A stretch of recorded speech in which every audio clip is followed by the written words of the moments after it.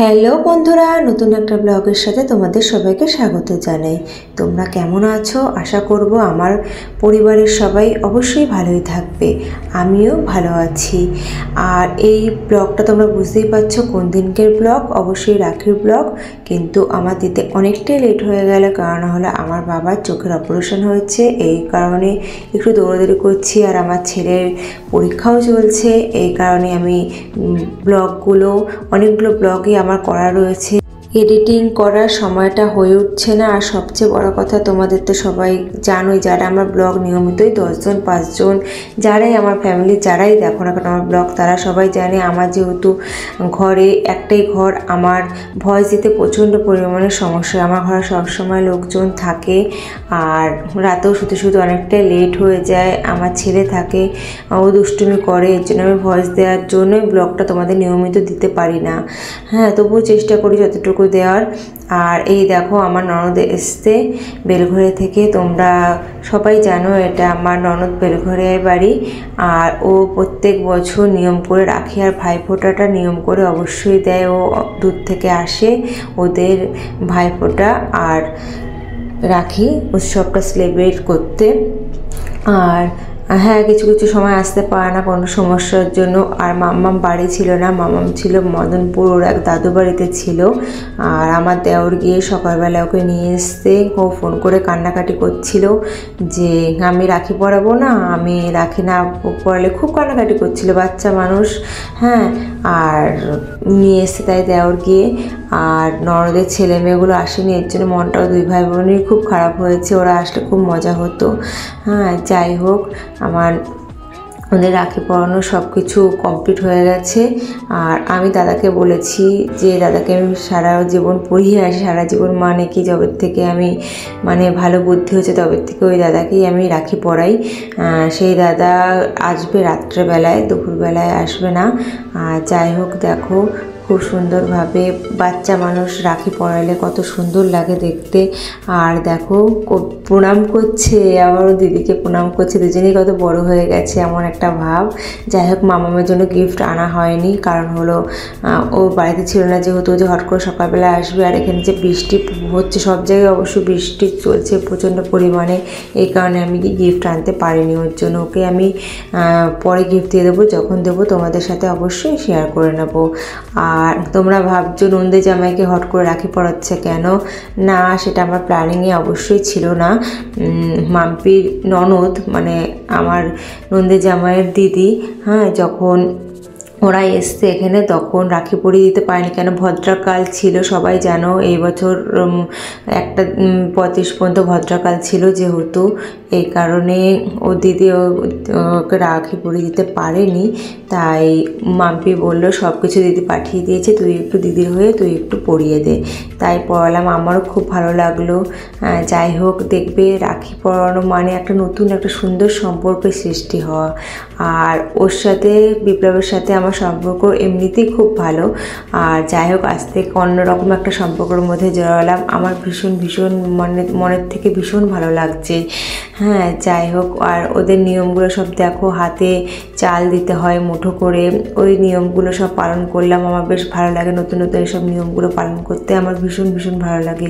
যাই হোক, আমার একটা জিনিস খারাপ লাগছিল, আমি তো জানতাম না ওকে রাখি পরাবো, ওর জন্য কিচ্ছু আনা হয়নি। হ্যাঁ, ভীষণ খারাপ লাগছিল, খালি হাতে রাখিটা পরালাম। যাই হোক, বোনরা খালি হাতেই পরায় বেশিরভাগ। দাদা বা ভাইদের থেকে গিফটে এক্সপ্রেশন করে, কিন্তু যাই হোক। আর এই দেখো আমার ছেলে, ঘরে এসে দেখি আমার ছেলে ব্যাট খেলে ঘরের মধ্যে কি করেছে, তোমরা একটু দেখো, শরীর চলে যায় না। আজকে একটা শুভ দিনে কাজ বলেছি, ঘরে ব্যাট খেলবি না, ঘরে ব্যাট বল খেলার জায়গা নয়, কতদিন বলেছি, এই মাত্র বলে গেলাম তোকে,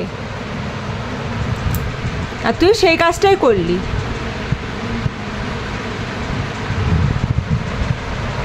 করে ঠোরে এখন বাথরুমে গিয়ে পটিতে গিয়ে বসে রয়েছিস। হ্যাঁ, ইচ্ছা করে বদমাইশি বুদ্ধি করে। আর আজকে যেহেতু শুভ একটা দিন, রাখি পূর্ণিমার দিন, এই কারণে আমি ছেলেকে আজকে মারিনি, বকেছি। হ্যাঁ, অনেকটাই বকেছি। ওর বাবাও ছিল, ওর বাবাও মারেনি। যাই হোক, অন্যায় তো মানে অন্যায় করেছে, বড় একটা অন্যায় করেছে, কিন্তু হয়ে যেতে পারে। বাচ্চা মানুষ হতে আর ইচ্ছা করে করেনি এই কাজটা, হয়তো আমাদের ক্ষেত্রে কোনো কিছু গুতুলে হয়ে যেতে পারতো। সবসময় মারি না, শুধু আমার কাছে মার খায় পড়ার জন্য, জানো তো। মারতে চায় না, একদমই মারতে চায় না, কিন্তু পড়া নিয়ে ধ্যাতামাপানা করে, তখন একটু হাত উঠে যায়, সহ্য করতে পারে না। যাই হোক, এত কষ্ট সব কিছুই তো এই বাচ্চাকে মানুষ করার জন্য বলে। ওরা যদি ঠিকমতো পড়াশোনা না করে, কথা না শোনে, কী করে হয়? আর এই দেখো, আমার শাশুড়ি আমার ছেলেকে রাখি পরাচ্ছে। হ্যাঁ, আর হাসতে জলে বোতল দিয়ে জল খেয়েছে, গ্লাস আমি দিইনি। হ্যাঁ, যাই হোক, আমার ছেলেকে প্রত্যেক বছরই আমার শাশুড়ি রাখি পরায়। আর এই দেখো, আমার ছেলে গিফট নিয়েছে, ও নিজের পয়সা জমিয়ে বলছে বড়দিকে এই গিফটটা দেবো। দেখো, হ্যাঁ, আমার শাশুড়ি অনেক দিন ধরে বলছিল আমার একটা চেন লকেটের দরকার। এবার ও বলছে তুমি দেবে না মা, আমি দেবো। ওর ঘটের পয়সা দিয়ে এটা কিনেছে। হ্যাঁ, যাই হোক, আর এই দেখো, আমার ছেলেকে এই শাশুড়ি এই নিয়ন কালারের গেঞ্জিটা দিয়েছে। এই কালারটা আমার এত পছন্দ হয়েছে। আর এই দেখো, আমার ছেলে আবার বলছে দেখো মা, এই ডিজাইনটা করো একটু, দেখো। হ্যাঁ, সেই পোস্টটা মেরে দিল, যেটা ট্রেন্ডে চলে মাঝে মধ্যে, অনেকদিন আগে একটা ট্রেন্ডে চলছিল। আর আমার দাদা চলে এসছে। তোমরা ভাববে সবার মুখ দেখাও না কেন, দেখো। হ্যাঁ, সবারই তো একটা পার্সোনাল জীবন আছে, তারা পছন্দ করে না যে সবসময় সোশ্যাল মিডিয়াতে তাদের ফেস দেখাতে, সবসময় পছন্দ করে না তারা। তাই তাদের অপছন্দের জিনিস তো নিশ্চয়ই আমি করব না। হ্যাঁ, আমাকে বারণ করেছে দাদা যে এমনি আমার ফটোটা নিস না। হ্যাঁ, যাই হোক, কারো অপছন্দের জিনিস আমি নিশ্চয়ই করব না আমার ভিডিও বাড়ানোর জন্য। হ্যাঁ, তোমরা আমাকে চেনো, আমাকে ভালোবাসো অবশ্যই। আমি তোমাদের ভালোবাসি, তাই আমাকেই দেখো, আর কি বলবো। যাই হোক, দাদাকে আশীর্বাদ করে, দাদাকে আশীর্বাদ মানে কি, দাদাকে আশীর্বাদ করা মানে তো দাদা সুস্থ থাকে, সাবধানে চলাফেরা করে, এটাই না। আমাদের তো বোনদের দিদিদের এটাই কাম্য যে আমাদের ভাই হোক দাদা হোক, তারা তো সুস্থ থাকে, বিপদের হাত থেকে মুক্ত হয়, রোগ মুক্ত থাকে, এটাই আমাদের কাছে কাম্য। আর যাই হোক, এই দেখো, আমি রাখি পরানো হয়ে গেছে, অনুষ্ঠানও হয়ে গেছে। আর দাদার জন্য আমি একটা গেঞ্জি নিয়ে এসেছিলাম, জানি না হবে কি না, সেই গেঞ্জিটা তোমাদের সাথে শেয়ার করা হয়নি। হ্যাঁ, আগের দিন রাত্রে বৃষ্টির মধ্যে ভিজতে ভিজতে আমি শাশুড়ি মাকে নিয়ে গিয়ে কিনে নিয়ে এসেছিলাম। হ্যাঁ, এত বৃষ্টি পড়ছে চারিদিকে, জাস্ট সহ্য করতে পারছি না, আর ভালো লাগছে না বৃষ্টির ওয়েদার। তারপরে চলে আসলাম হলো যার ঘরে। এই যাকে তোমরা সবাই চেনো, জিতু আমাকে ফোন করে ডাকলো। ও ছিল না, জানো তো, মানিতা বাড়িতে ছিল না, ও বাবার বাড়িতে গেছিলো মার্কেটিং করতে। সেখান থেকে ও এসে তড়িঘড়ি করে রান্না বান্না করে সব গুছিয়ে টাইম মতো দিয়েছে। আর এই দেখো, এত নিষ্ঠাভাবে করে, জাস্ট দেখো শান্তি লাগে যে আমার ছেলেকে কেউ এত নিষ্ঠাভাবে রাখি পরানোর কেউ আছে।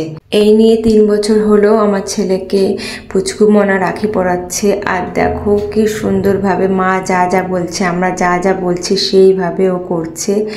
আর এই রাখিটা হলো এখন পাঞ্জাবি স্টাইল দিয়ে, মানে মারোয়ারি স্টাইল দিয়ে যে রাখিটা বেরিয়েছে, ঝুলে থাকে, সেই রাখিগুলো মানিতা নিয়ে এসছে। কি ভালো লাগছে দেখে। হ্যাঁ, কিন্তু বলেছে দোকান থেকে নাকি ওকে বলে দিয়েছে বাঙালিদের যে স্টাইলে, সেই স্টাইলে করতে গেলে কি করতে হবে সেটা মানিতা করেছে। যাই হোক, ও তো পুচকু মনা, ও তো আর রাখি পরাতে পারবে না বেঁধে টেঁধে, তাই মানিতাই প্রত্যেক বছর ও ধরে থাকে, মানিতাই প্রত্যেক বছর ওর হাতে রাখিটা বেঁধে দেয়। হ্যাঁ, যাই হোক, এত সুন্দর, জাস্ট ও যখন বলে ফোন করে বা বলে যে ও কিন্তু ওর হাতে রাখি পরবে, তুমি কিন্তু কোথাও যেও না, আমাকে যখন বলে, আমার এত ভালো লাগে যে ও এত সুন্দরভাবে, দেখো কি সুন্দরভাবে গুছিয়ে দিয়েছে খাবার দাবার, তাড়াতাড়ি করে এসে জাস্ট ও হাঁপাচ্ছিল। হ্যাঁ, ও 7টার সময় এসে বাজার টাজার করে নিয়ে এসে কীভাবে গুছিয়ে দিয়েছে আমার ছেলেকে, এত সুন্দর। জাস্ট মনে হয় নিজের, মানে আমার পেটে যদি মেয়ে থাকতো তাকেও হয়তো এইভাবে গুছিয়ে দিতে পারতাম না আমি। যাই হোক, দেখো, আমার দাদার জন্য এই রান্না করেছিলাম আজকে। আর দাদা খেয়ে বাড়ি চলে যাবে। আর আজকের ভিডিওটা এইটুখানি। তোমাদের ভিডিওটা কেমন লাগলো অবশ্যই আমাকে জানিও। আর তোমরা রাখিতে কে কীরকমভাবে সেলিব্রেশন করেছো অবশ্যই জানিও। আমার দিনটা আজকে খুব খুব ভালো কাটলো। আর তোমাদের এই দিনটা কেমন কাটলো আর আমার ভিডিওটা দেখে কেমন লাগলো অবশ্যই জানিও। চলো, টাটা।